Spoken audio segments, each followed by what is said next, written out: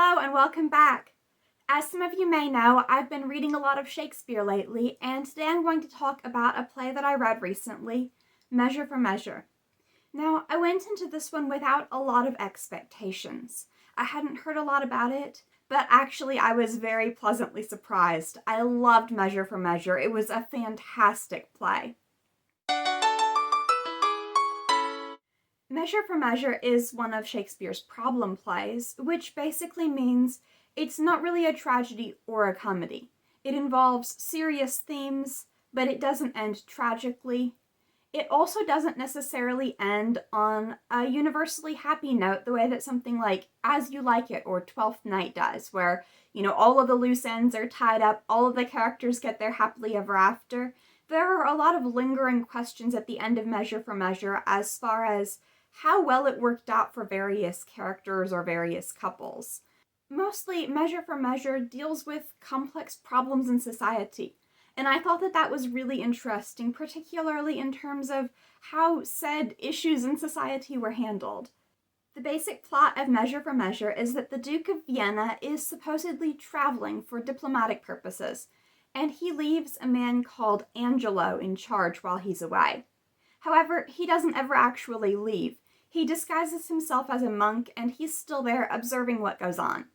Angelo is very much a stickler for the rules, and so when a young man is accused of getting his fiancée pregnant, he sentences the man to death. Now, of course, the social norms of the time were very different, and getting pregnant while not married was like a huge scandal. But still, this couple, Claudio and Juliet, they're in love, and they intend to be married, so really, live and let live, come on. And basically all of the characters understand that this is not worthy of capital punishment. In fact, it's established that the way that the Duke usually handles these cases is simply by requiring the couple to get married. And that's basically the reaction that Claudio's sister Isabella has as well. Isabella is a novice in training to become a nun, and she takes Claudio's actions very seriously. She sees them as a very grievous sin. But she also very much loves him, and she believes in forgiveness and second chances, and so she goes to Angelo to plead her brother's case. And here's where it gets really interesting, because Angelo's a hypocrite. He's willing to sentence Claudio to death for the fact that Juliet is now pregnant, but when Isabella asks him to show mercy, he says, "Sure, I can let your brother off the hook if you sleep with me." Wow, talk about a messed up guy. And so basically Isabella is put in the place of violating her conscience and the vows that she intends to take as a nun, or watching her brother die, which Angelo totally intends to have happen anyway, regardless of what Isabella does. This seems like it's setting up for a tragedy, and it almost gets there.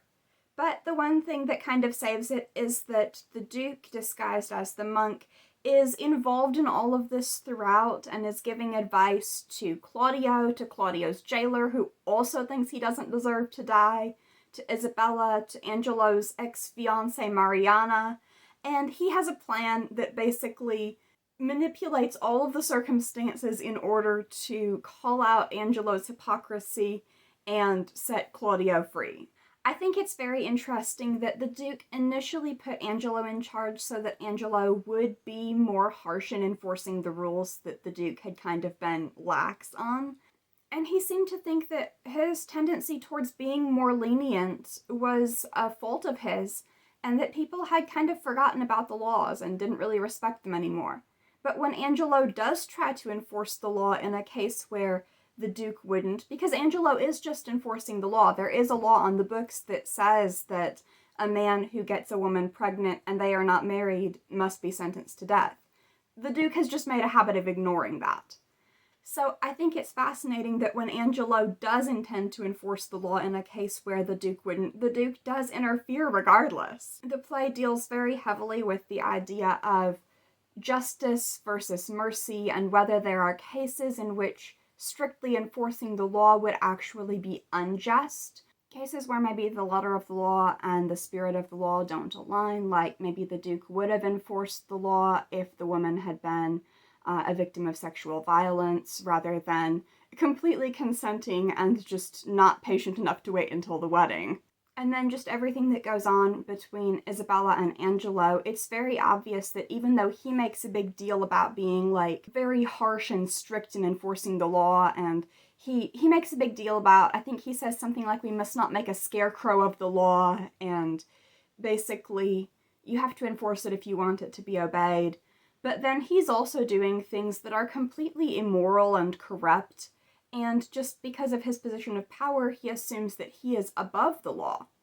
Whereas Isabella, even though she is absolutely desperate to save her brother and really does not want to see him come to harm, she still stands by her conscience and doesn't do anything that she thinks would be immoral, even when her brother begs her to. The contrast between them is just so obvious. There are other plays of Shakespeare's where there's someone who's a bit of a stick in the mud in a position of power, like I'm thinking of Malvolio from Twelfth Night, for instance. But because this is a much more serious play, he's able to do much more harm, at least theoretically. Obviously, things don't work out that way. Claudio isn't put to death, but he's put in a position where he absolutely could if the Duke had really been away on diplomatic business and not running around disguised as a monk. One thing that I do have to address is the ending where the Duke asks Isabella to marry him. That just drives me crazy. It's like, okay, so first of all, she is training to be a nun. You can't just assume that a future nun wants to marry you. Maybe she doesn't want to get married. Maybe being a nun is her calling. But then, how do you say no to the Duke?